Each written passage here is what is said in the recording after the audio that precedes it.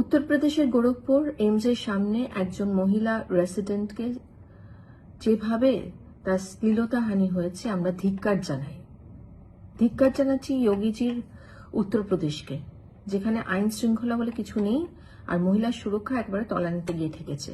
কলকাতায় কিছু হলে বা আমাদের রাজ্যে কিছু হলে আপনারা ঝাঁপিয়ে পড়েন, স্লোগান দেন, মাননীয় মুখ্যমন্ত্রী মমতা বন্দ্যোপাধ্যায়ের আপনারা রেজিগনেশন ডিমান্ড করেন, কিন্তু নিজেদের বেলায় এত চুপ কেন?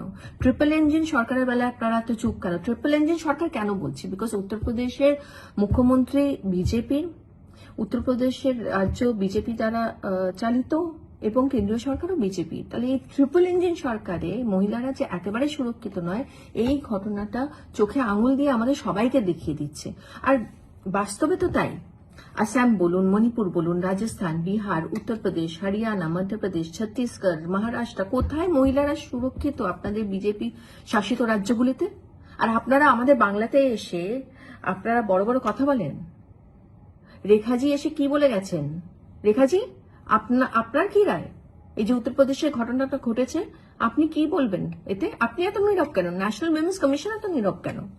দেখুন, আমাদের মাননীয় মুখ্যমন্ত্রী মমতা বন্দ্যোপাধ্যায় নারী সুরক্ষাকে একদম সামনের দিকে রাখে, যার জন্য অপরাজিতা বিল পাস করানো হয়েছে বিধানসভাতে। কিন্তু স্যাডলি আমরা যখন এটা আমাদের অনারেবল প্রেসিডেন্ট দ্রৌপদী মুর্মুজির কাছে নিয়ে গেলাম অপরাজিতা বিল, যাতে পার্লামেন্টেও এটা তাড়াতাড়ি পাস হোক, এখনো অবধি 1 ইঞ্চিও এগোয়নি ব্যাপারটা। আমরা কি চাইছি? আমরা চাইছি যে ঘটনাটা দুর্ঘটনা বলবো ঘটেছে এই মহিলা রেসিডেন্ট ডক্টরের সাথে, তিনি যেন দ্রুত বিচার পান, অপরাধীদেরকে দ্রুত যেন তাদেরকে অ্যারেস্ট করা হয়। And Yogiji, you must intervene. You have to. You cannot maintain this deafening silence over this.